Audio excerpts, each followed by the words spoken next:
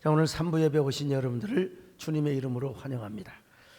그리고 하나님께서 말씀으로 여러분의 가슴을 어루만져 주시기를 바랍니다. 현장에 오신 여러분들뿐만 아니라 오늘 유튜브 방송으로 말씀을 듣는 2,800여 성도들, 또 방송을 통해서 말씀을 들으실 귀한 분들에게도 하나님의 귀한 어루만짐의 역사가 있기를 바라겠습니다. 이수인 시인이라는 분이 눈물을 가슴에 담은 이들에게 라는 시를 썼습니다. 무심코 바람이 불어와 눈물샘을 건드린다. 구름이 비가 되어 내리듯 서러움과 한서린 시름이 모아지면 눈물비가 내린다. 흐느낌도 없이 서러운 눈물이 주르르 흐른다. 황량한 겨울숲처럼 남아있는 삶, 살아있는 한 끝은 또 다른 시작이다. 누구의 인생이든 어느 정도의 비는 내린다고 사람은 모두 자기 자신을 위해서 온다. 아름다운 시예요. 하나님이 우리에게 주신 아주 값진 선물 중에 하나가 있습니다. 그것이 바로 뭐냐면 우리의 눈물이라고 하는 겁니다. 사람이 눈물을 흘리면 마음의 정화가 이루어져요. 카타르시스, 순화가 이루어지게 되는 것입니다.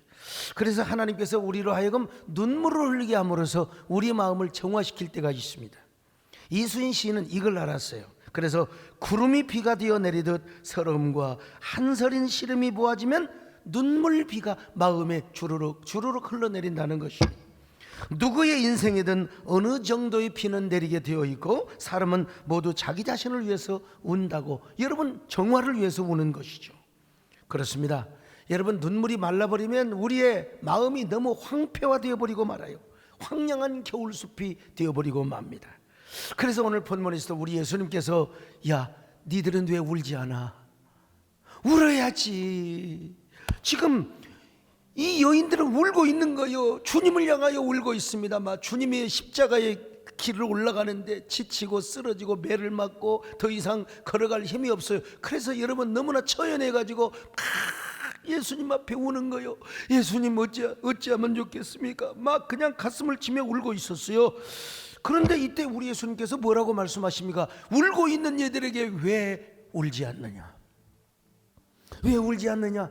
어떤 말입니까? 울고 있는데 지금 왜 너희는 너희 자녀와 너희를 위해서 울어야 하는데 정작 나를 위해서 울지 말고 자녀들을 위해서 울어야 한다고 말씀하고 있습니다. 자, 오늘 본문 27절로 28절을 봅니다. 시작. 또 백성과 및 그를 위하여 가슴을 치며 슬피 우는 여자의 큰 무리가 따라오는지라. 예수께서 돌이켜 그들을 향하여 이르시되 예루살렘의 딸들아 나를 위하여 울지 말고 너희와 너희 자녀를 위하여 울라. 어차피 예수님은 가야 할 길을 가야 한다는 거요. 야 너희들이 운다고 되는 것도 아니고 안 운다고 되는 것도 아니고 예수님은 그 길을 가야 한다는 것입니다. 그런데 지금 울음의 대상을 바꾸라는 거예요. 너희와 너희 자녀를 위해서 눈물의 대상을 바꾸라는 것입니다. 왜냐하면 머지않아 예루살렘 성이 멸망합니다. 선지자를 죽이며 메시아를 죽였던 저 죄악의 도성 예루살렘이 망하게 된다는 거예요. 그러면 자녀들이 어떻게 죽습니까? 여러분 실제로 여러분 주 70년에 예루살렘 성이 망할 때 어떻게 죽었습니까? 애들을 돌에 던져서 죽이는가 하면 이거 눈으로 어떻게 봅니까? 아이 벤 여자들의 배를 갈라가지고 세상에 그 속에 있는 핏덩어리 아이를 바위에 던져가서, 이거는 하나님의 저주가 아니고 무엇입니까? 예수님은 이러한 사건을 미리서 예견하시면서 바로 자신을 위해 울지 말고 예수님을 위해서도 울지 말고 너희 자녀를 위해 울어라. 너희와 너희 자녀들을 위해 울어라. 사랑하는 딸들아 왜 울지 않느냐? 울고 있는 딸들에게 왜 울지 않느냐고 역설적으로 지금 반문하고 있는 것입니다.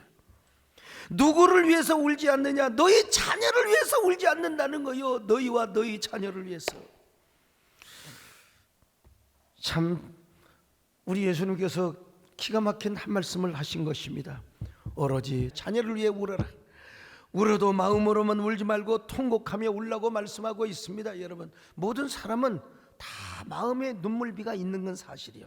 그래서 이채 시인이 쓴 아버지의 눈물이라, 나는 이채 시인을 잘 몰랐는데요, 이번에 제가 쭉 검색을 해보니까 이분이 아버지의 눈물을 썼더라고요. 남자로 태어나 한평생 멋지게 살고 싶었다.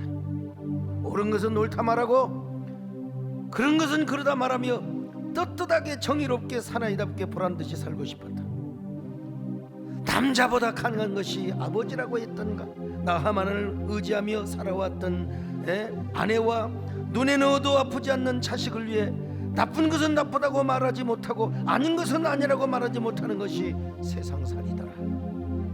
변변한 옷 한 벌 없어도, 번듯한 집 한 채 없어도, 뭐 조그마한 아파트도 있겠지만 번듯한 저택 같은 집 없어, 이 말 아니겠어요? 내 몸 같은 아내와 금쪽 같은 자식을 위하여 이 한 몸 던질 각오로 살아온 세월. 애당초 사치스런 자존심은 버린 지 오래구나. 하늘을 보면은 생각이 많고 땅을 보면 마음이 복잡한 것은 누가 건네준 짐도 아니건만 바위보다 무거운 무겁다 한들 내려놓을 수도 없는, 힘들다 한들 마다할 수도 없는 짐을 진 까닭이니 아버지의 짐이 이렇게 무겁다는 것이죠. 그래서 아버지는 울어도 소리가 없고, 소리가 없으니 목이 메일 수밖에. 용기를 잃은 것도 열정이 사라진 것도 아니지만 쉬운 일보다 어려운 일이 더 많아 살아가는 일은 버겁고 무엇 하나 만만치 않아도 책임이라는 말로 인내를 배우고 돌이라는 말로 노릇을 다할 뿐이다. 그래서 아버지는 울어도 눈물이 없고, 눈물이 없으니 가슴으로 울 수밖에. 아버지가 되어본 사람은 안다. 아버지는 고달프고 고독한 사람이라는 것을. 아버지는 가정을 지키는 수호신이기에 가족들이 보는 앞에서 약했어도 울어서도 안 된다는 것을. 그래서 아버지는 혼자서 운다. 아무도 모르게 혼자서 운다. 하늘만 알고 아버지만 아는 점점점. 여러분, 이 문학적으로 뭐 대단한 현학적인 시는 아닙니다. 그러나 아버지의 마음과 눈물을 잘 연결해서 쓴 시입니다, 여러분. 그래서 아버지라면 누구나 다 공감해요. 좀 마음에 지금 눈물비가 내리고 있는 거예요. 지금 이 시를 읽노라면 누구나 아버지들은 마음속으로 눈물을 안 흘리려 안 흘릴 수가 없는 거요. 여러분, 자녀와 아내는 금쪽 같은 내 소유요, 나의 사랑의 대상이면서 동시에 우리에게 아름다운 상처를 주는 인간들입니다, 여러분. 종자들이라고는 내 말할 수는 없고요. 여러분, 부부도 그렇고 자녀들은 더 그렇습니다.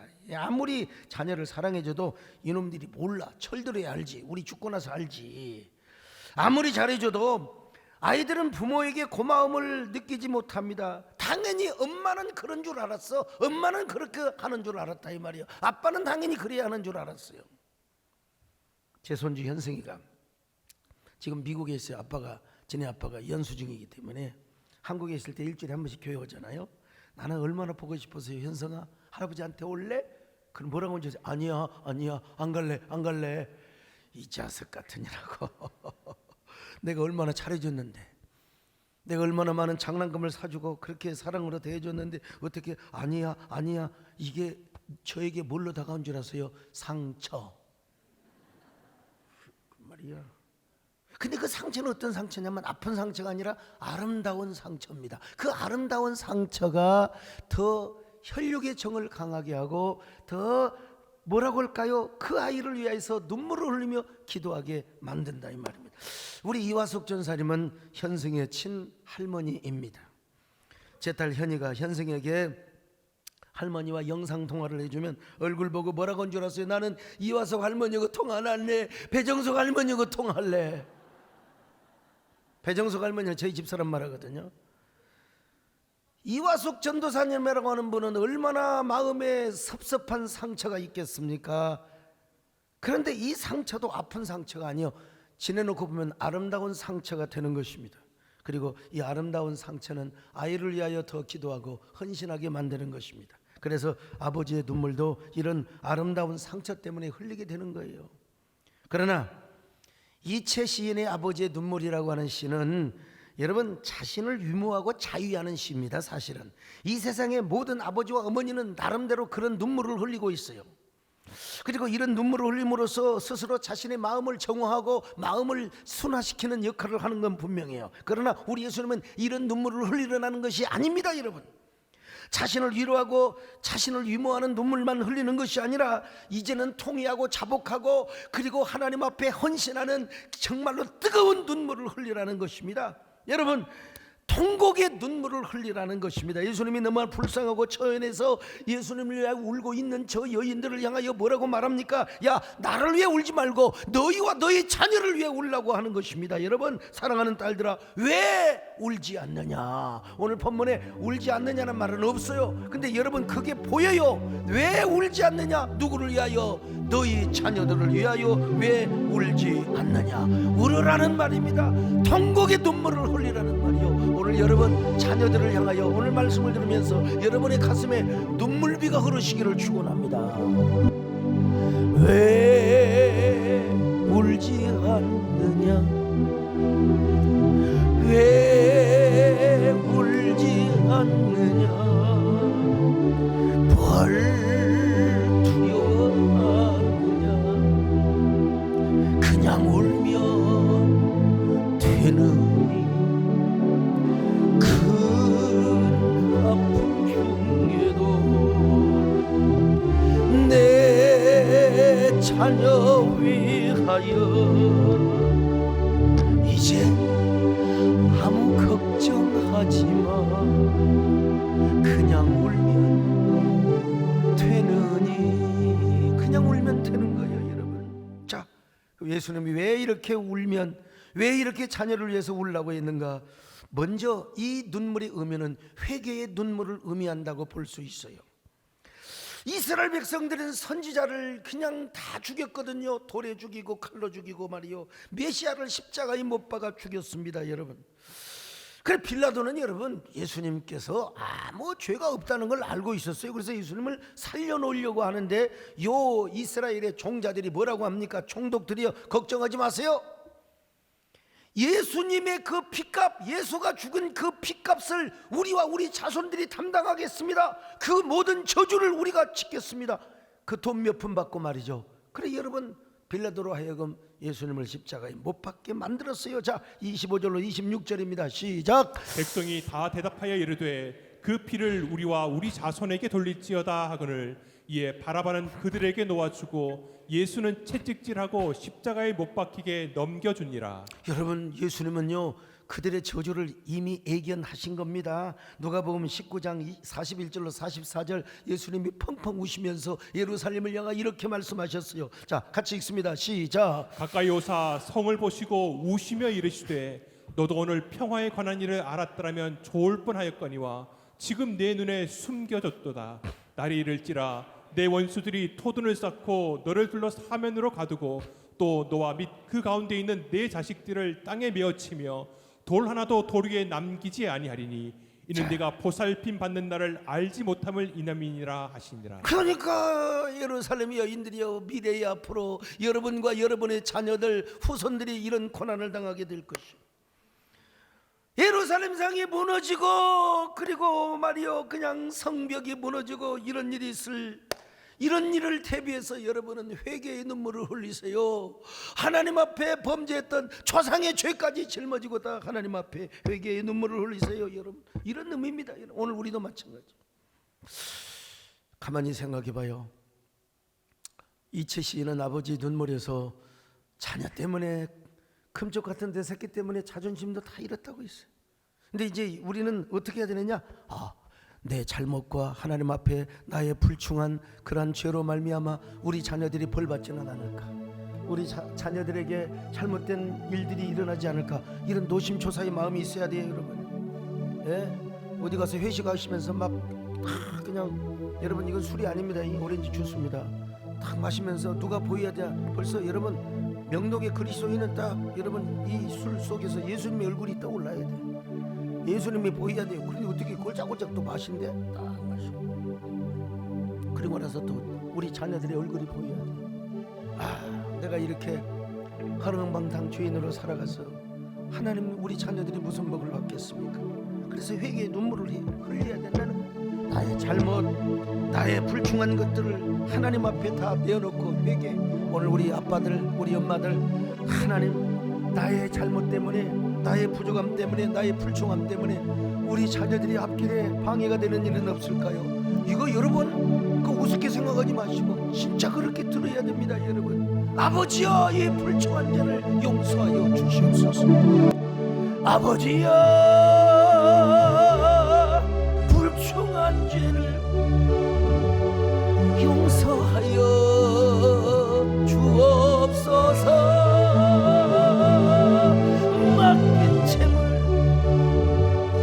맡긴 사명을 주를 위해 쓰려. 다시 한번 합니다. 아버지여 불충한 죄를 용서하여 주옵소서. 맡긴 사명, 맡긴 재물을 주를 위해 쓰렵니다. 두 번째, 다시는 이런 일이 오지 않도록 애절한 간구의 눈물, 소위 말하면 뭐요? 방패기도, 예방기도를 하라는 겁니다. 우리가 코로나 예방 접종을 받았잖아요. 그런 것처럼 예방기도를 하라는 겁니다. 방패기도. 여러분, 구약에서도 예레미야 선지자를 통해서 선포됐지 않습니까? 여러분, 바벨론 왕국이 망했어요. 그냥 그 솔로몬이 지었던 성전 다 무너져버리고 성벽이 다 무너져버리고 완전히 황성예터가 되어버렸어. 그리고 부모 자식들이 잡혀갑니다. 이스라엘 왕은 막 그냥 시드기야 왕은 두 눈이 뽑혀가지고 피눈물을 철철 흘리면서 이게 죄를 지으니까 이 모양 이 꼴이란 말입니다. 여러분, 그럴 때 이스라엘 백성들이 막 원망과 절망의 눈물을 흘리는 거예요. 아, 우리 하나님은 능력이 없어서, 우리 하나님이 무능해서 이 나라 이 민족을 지켜주지 않는단 말인가. 그러니까 저 성전에 그 나시린의 방에서는 에스겔 8장에 보니까 여인네들이 말이요, 하나님께 기도는 안 하고 금식 기도는 안 하고 뭘 한 줄 아세요? 담무스를 위하여 애곡하고 있다요. 어느 목사님 우리 교회 오셔가지고 담무스가 무슨 신이냐고, 애굽의 신이라고 그래. 애굽의 신이 아니라 바벨론의 신. 바벨론의 신. 담무스는 그 담무스 신화에 나오는 대로 그냥 담무스에게 애곡을 하면 담무스가 일어나서 다시 그들을 구원해 준다고 하나님을 의지 안 하고. 그러니까 하나님께서 여러분 질투하시는 하나님이 예라이 이스라엘 백성들을, 여러분 절망하고 원망에 빠져 있는 이스라엘 백성들을 향하여 예레미야 선지자가 뭐라고 말한 줄 아십니까? 여러분들이 사는 길은 기도입니다. 기도. 여러분이여 이제라도 밤마다 눈물을 강처럼 흘려보세요. 밤 조경에 일어나 두 손을 들고 부르짖어 보세요. 여러분이 주의 얼굴을 향하여 물 쏟듯 눈물을 쏟아보세요. 지금 여러분 자녀들이 자녀들이 지금 막 그 굶주려 가지고 막 지쳐가지고 길바닥에 막 쓰러지고 끌려가는 중에, 그래도 저 자녀들을 위해서 기도해 보세요.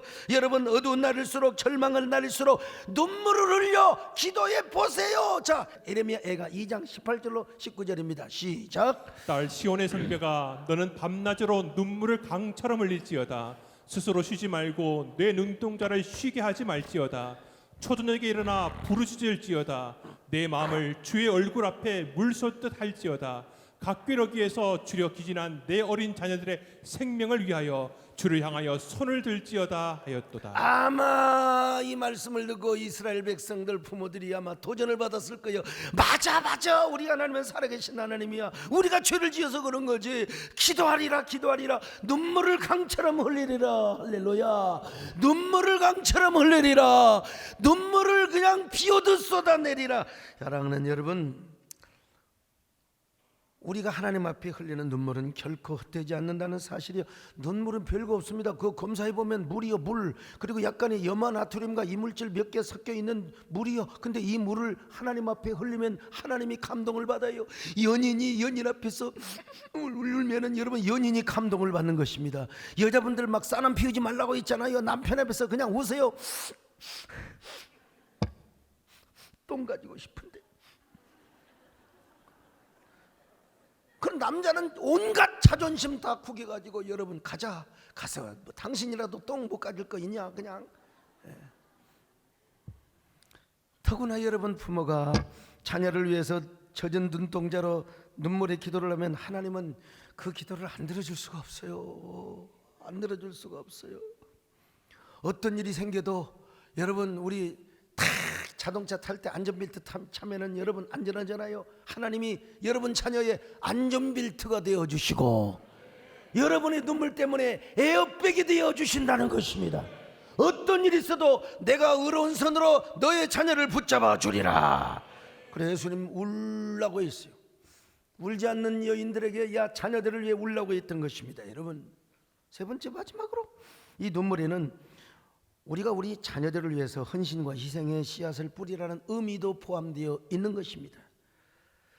여러분, 우리 하나님께 너무나 감사해서 눈물을 흘려가지고 하나님 너무나 고맙습니다, 나 같은 것이 무엇이라고 나에게 이런 은혜를 주신단 말입니까?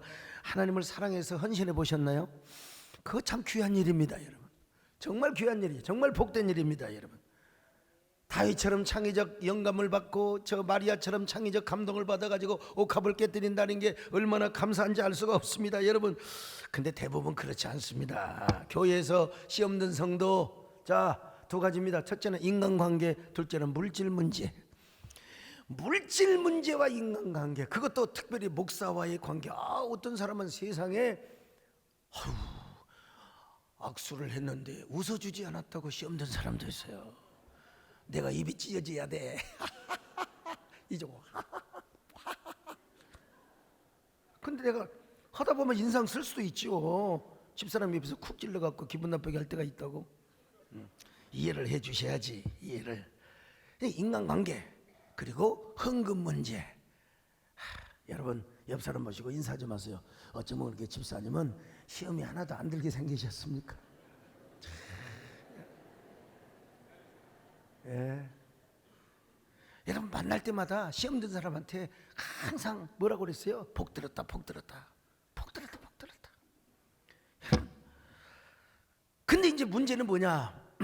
하나님을 사랑해서 헌신하는 건 이제 두 번째고, 당신 자녀, 특별히 수능생 부모님들을 향하여, 당신 하나님 앞에 얼마 드리면 점수가 얼마나 올라갑니다. 이렇게 유혹을 하면 다 욕심 때문에 헌신을 해요. 근데 문제는 이제 그만큼 점수가 안 올라가고 나서가 문제지. 이제 그게 문제지. 자녀를 위해서 헌신을 하라고 하면 여러분 좀 달라요. 성경에 분명히 말씀하잖아요. 자, 출애굽기 26장 20장 6절입니다. 시작. 나를 사랑하고 내 계명을 지키는 자에게는 1000대까지 은혜를 베푸느니라. 예, 시편 126편이죠. 5절로 6절 같이 봅니다. 시작. 눈물을 흘리며 씨를 뿌리는 자는 기쁨으로 거두리로다. 울며 씨를 뿌리러 나가는 자는 반드시 기쁨으로 그 곡식단을 가지고 돌아오리로다. 선대가 후대를 위하여 씨를 뿌리면은 여러분, 후대는 반드시 복을 받게 된다는 거예요. 울며 씨를 뿌리는 자는 여러분 기쁨으로 단을 거두어 돌아온다는 거 아니겠습니까? 특별히 여러분, 시편 126편은 성전에 올라가면서 부르는 노래입니다. 근데 어느 3대가 모여서 할아버지와 아버지와 손주들이 함께 손을 잡고 이제 착 성전에 올라갑니다. 절기를 맞이하여. 근데 이제 자녀들과 함께 부르는 노래가 이 노래라 이 말입니다. 여러분, 우리는 지금 모르지만 이스라엘 백성들은 곡조 있는 노래를 가지고 이 노래를 부르며 올라갔어요. 칼빈도 주네브 찬송이라고, 이름 다 노래로. 그런데 할아버지가 이런 눈을 떼지 않겠습니까? 우리가 이 성전을 지을 때 눈물로 씨를 뿌리느라 얼마나 힘들고 고통스러웠는지 아느냐? 허리띠를 졸라매고, 야, 먹을 것도 없었어야. 너네 아빠가 말이야, 코빼기 알사탕 사달라고 그렇게 졸라도 하나도 사주지 않고 이렇게 허리띠를 졸라매고 내가 너희들에게는 쫀쫀하면서도 하나님께 다 드렸더니 우리 하나님께서 이렇게 3대가 축복을 받아 건강하여 하나님의 성전에 올라가지 않느냐. 그러므로 우리 가문은 우리 대뿐만 아니라 사랑하는 손주들아, 니들도 하나님 앞에 바치는데 열중해야 된다. 니들도 하나님께 헌신해야 된다. 눈물로 씨를 뿌리면 하나님이 기쁨으로 거두게 한단 말이다. 얼마나 행복하냐. 이렇게 3대가 하나님의 성전에 올라가서 제사를 드리느니 이보다 더 큰 축복이 어디가 있단 말이냐. 우리 집 3대가 예배 드린다. 이 세상 우리 집 3대 하나님의 축복을 전수한다. 할렐루야, 할렐루야. 날씨구나 쳤다 지와다 좋네. 전선엔 우리 집 3대가 씨를 뿌려요. 우리 집 3대가 씨를 뿌린다. 이 세상 푸른 그늘 우리 집 3대 하나님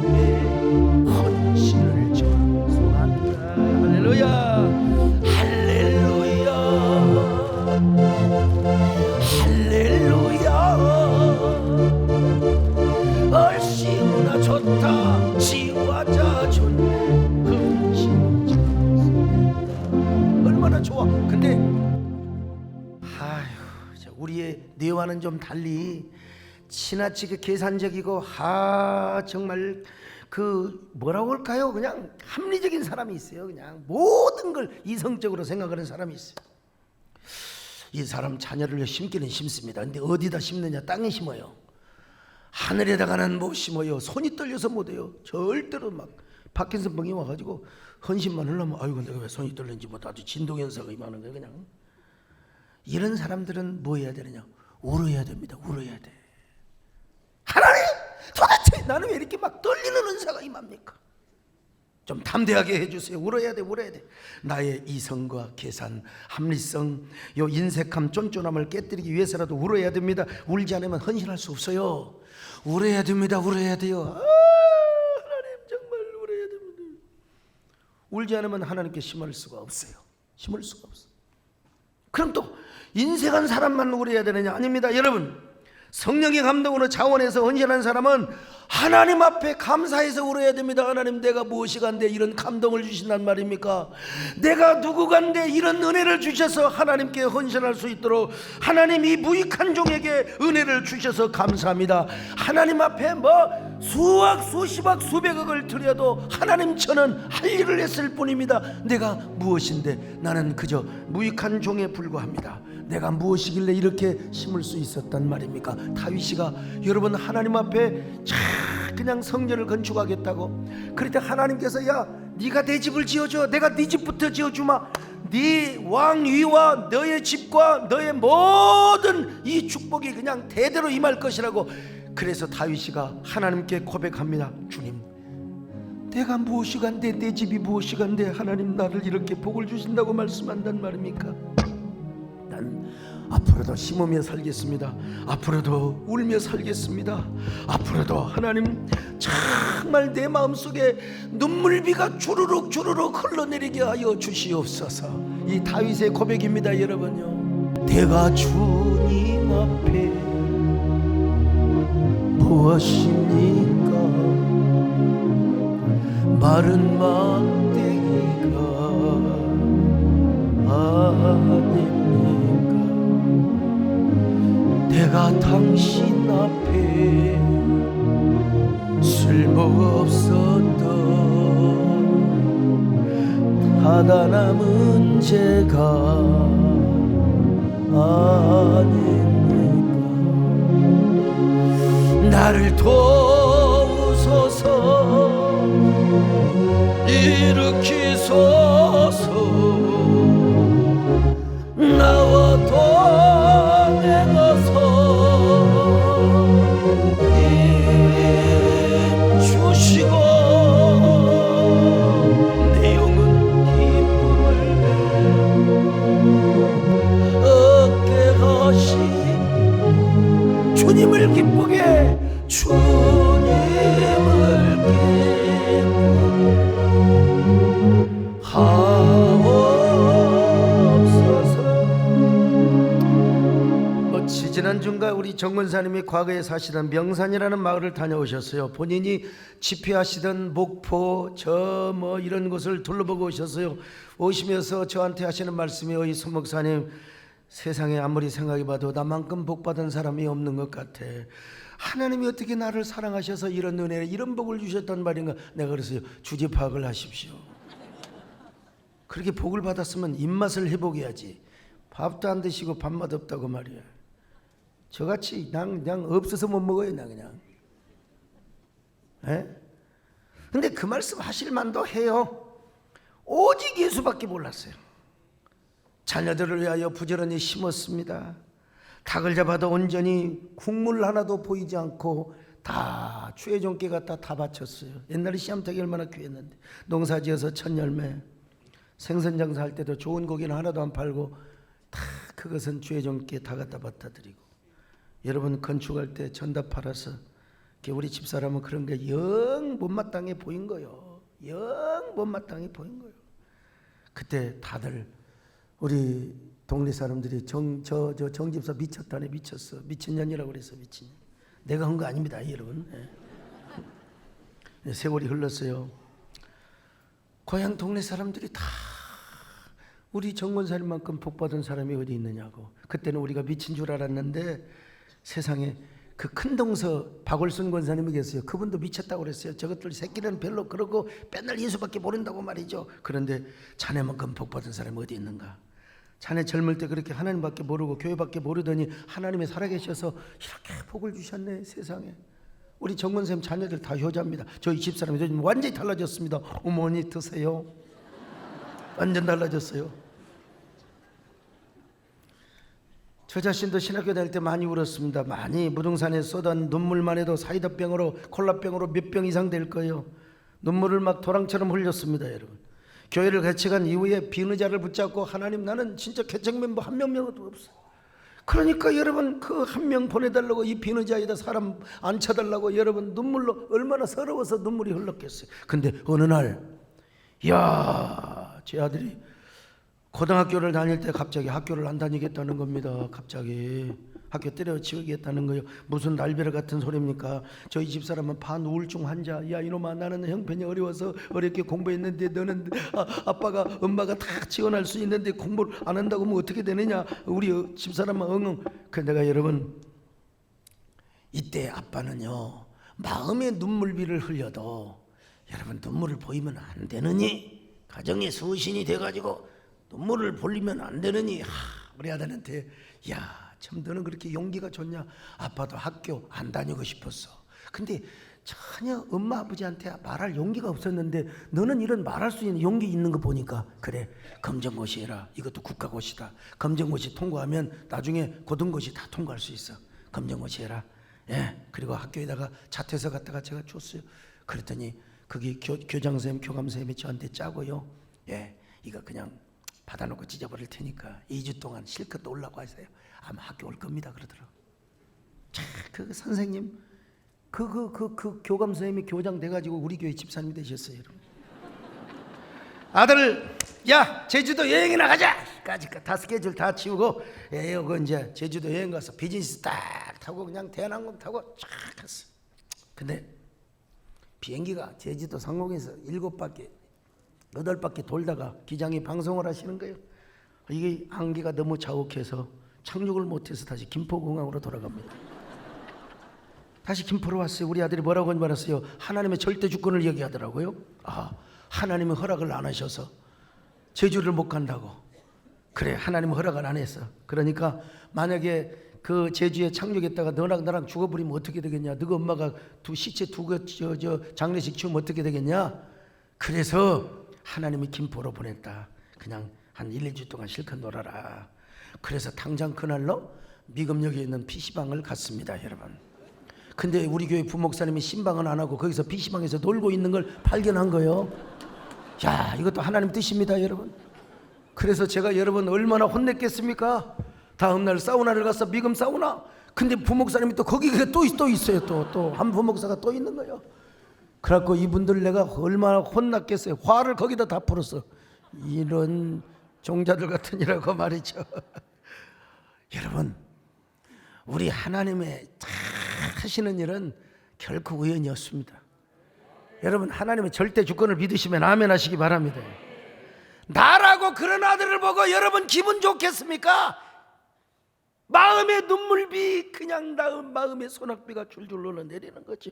근데 아들을 축복했습니다. 진짜 교감 선생님 말씀대로 내가 부지런히, 여러분 제가 이 예배당 건축할 때 여러분 헌금을 제일 많이 한 사람이에요. 그런데 또 있는 거 없는 거 다 두드려 바치면서 2주 동안 하나님 믿습니다. 나는 이제 하나님 양식도 이제 다 떨어져 갑니다. 난 하나님께 다 드립니다. 하나님 내 아들을 지켜주시고 내 아들의 마음을 감동하여 주옵소서. 근데 세상에 2주도 안 돼가지고 한 일주일 지나서 한 열흘 정도 되니까 아빠 나 너무 심심해. 나 학교 가야 되려나 봐. 근데 그랬죠. 잘 생각해야 된다. 또 간다고 이따 안 갔다고 그러면 안 되고, 야 가려면 확실히 가고 안 가려면 가지 마라. 그랬더니 다음날 딱 제 가방 싸고 나 가도 돼? 그래서 가도 돼? 그래서 오케이. I'm okay, you are okay. We okay. Everything okay. 가라. 그랬더니 우리 아들이 참 학교를 갔어요. 지내놓고 보니까 그때 흘렸던 눈물은 나의 꽃이 되고 진주가 되고 보석이 되고 다이아몬드가 되었던 것입니다. 아름다운 별이 되었던 것입니다, 여러분. 아들이 이런 고백을 하는 거요. 아빠, 이제부터 내가 공부 한번 해볼게. 아빠, 공부해볼게. 그래서 공부를 해가지고 여러분 마침내 서울대학교를 들어갔어요. 정확하게 말하면 서울 안에 있는 대학교입니다. 이 녀석이 공군 학사장교에 들어갔습니다, 여러분. 그냥 아빠 나 시험 한번 볼래? 공군 학사장교가 얼마나 여러분 힘든 줄 아세요? 거기 들어가서 또 뭐 한 줄 아세요? 통역을 하는 일을 맡았습니다. 영어를 그냥 토익을 만점을 맞아가지고 그때 여러분 사드 논쟁 많았잖아요. 그 사드 논쟁의 매뉴얼을 우리 아들이 번역한 거예요. 2명 데리고. 그래서 국방부에서 쓰고 있는 사드 매뉴얼 시스템 모든 걸 우리 아들이 번역한 겁니다, 여러분요. 지금은 연세대학교 국제정치대학원에서 박사과정 마치고 이제 논문 거점 다 써갑니다, 여러분. 연세대학교 국제정치대학원이라 모든 수업을 영어로 하고 영어로 레포트하고 영어로 토킹하고 영어로 다 여러분 논문을 써요. 연세대학교 어느 그 경영학과 교수님하고 식사를 하는데 우리 아들이 거기 다니다 그랬더니 아이고 아들 격려 좀 많이 해주세요. 정말 그 힘든 겁니다. 새가 빠지게 힘든 것입니다. 격려 많이 해주세요. 요즘 그래서 참 격려를 많이 하고 있습니다. 오늘 여러분 이 말씀을 들으니 여러분 어떤 사람이라고 느껴집니까? 나는 자녀를 위해서 얼마나 축복하고 눈물을 흘리고 있는가. 혹시라도 주님께서 야, 왜 너 지금 이렇게 울지 않고 졸고 있어? 이렇게 책망받는 음성이 들리지는 않습니까? 오늘 주님 앞에 이렇게 고백하십시다. 주여 우리에게 눈물을 주옵소서. 성령의 바람으로 우리의 눈물샘을 건드려 주옵소서. 그리하여 이제부터는 자녀들을 위하여 우리 마음에서 눈물의 비가 흐르게 하여 주옵시고 주여 진주 같은 눈물방울이 하나님 우리에게 달굣똥처럼 흘러넘치게 하여 주옵소서. 여러분 비겁한 눈물 흘리지 맙시다. 이제는 주님 앞에 흐르는 눈물, 가치 있는 눈물, 별과 같은 눈물, 진주 같은 눈물, 꽃과 같은 눈물, 다이아몬드 같은 보석 같은 눈물을 주님 앞에 드리게 하여 주옵소서. 할렐루야.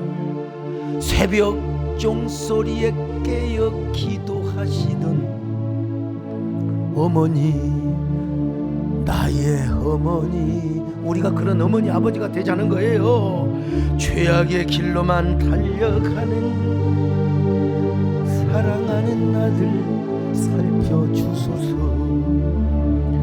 절망 속에서도 항상 기도하시던 어머니, 나의 어머니, 이 세상 누구보다도 주님 사랑 필요한 아들입니다.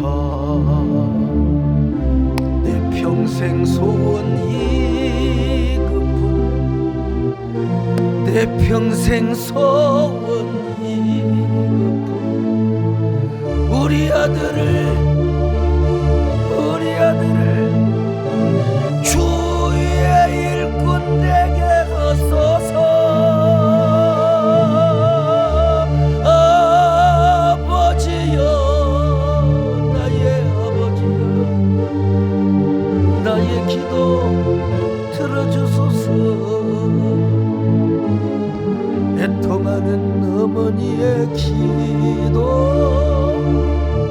눈물로 흘리노래. 아버지여, 아버지여, 나의 아버지여, 나의 기도 들어주소서. 애통하는 아버지입니다. 이제는 애통하는 아버지의 기도 눈물로 강을 이루네. 가슴에 손을 얹고 기도합니다. 하나님, 나는 어떤 사람입니까? 이제부터 눈물을 흘리겠습니다. 우리 자녀들이 그 눈물을 먹고 살게 하여 주옵소서. 그 눈물로 승리하게 하여 주옵소서. 그 눈물로 형통하고 성공하게 하여 주옵소서. 눈물로 일꾼이 되게 하여 주옵소서. 눈물로 사명자 되게 하여 주옵소서. 한 1분 동안 여러분 눈물의 기도를 한번 주님 앞에 드려보시길 바랍니다.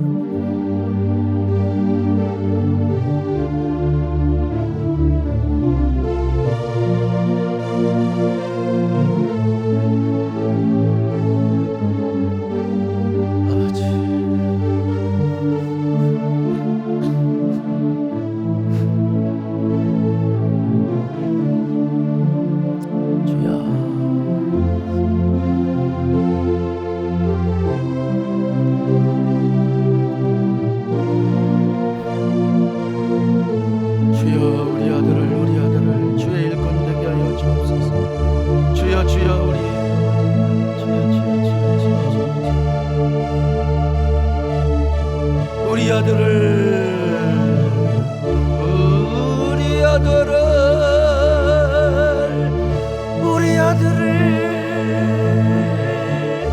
주의 일꾼 되게 하소서. 아버지여, 나의 아버지여, 나의 기도 들어주소서. 애통하는 아버지의 기도 눈물로 강을 이루네. 하나님, 언제부턴가 우리의 눈물이 말랐습니까? 우리 마음이 황량한 겨울 숲은 되어 있지는 않습니까? 황폐한 광야 같은 마음이 되어 있지는 않습니까? 하나님, 우리 마음에 눈물비가 내리게 하여 주옵소서. 이제 우리 자녀들은 그 눈물을 먹고 살게 하여 주옵소서. 눈물로 승리하고 형통하며 살아가게 도와주옵소서. 예수님의 이름으로 기도 올렵나이다.